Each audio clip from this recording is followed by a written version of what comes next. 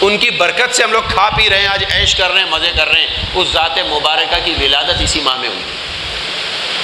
اس محترم مہینے کا احترام کا تقاضا یہ ہے کہ جس ذات کی وجہ سے ہمیں وجود ملا، ہم اس دنیا کے اندر آئے، ہم ان کی ایک ایک اداؤں پر عمل کرنے کا فکر کریں اور اہتمام کریں۔ اپنی زندگیوں کو پوری کی پوری زندگی میں نے اسی لیے عرض کیا شروع میں، ہماری پوری زندگی ہے، ہماری بھی حضور کی بھی، جس شخص کی بھی ہے، وہ حضور کے احکامات کے اوپر مشتمل ہے۔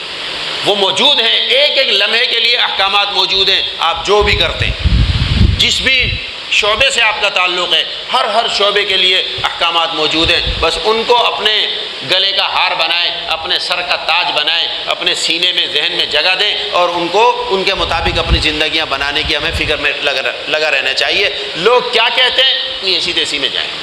دین کے احکام پر، اللہ اور اس کے رسول کے احکام بیان کرنے میں کسی ملامت کرنے والے کی ملامت کی پرواہ نہ کریں۔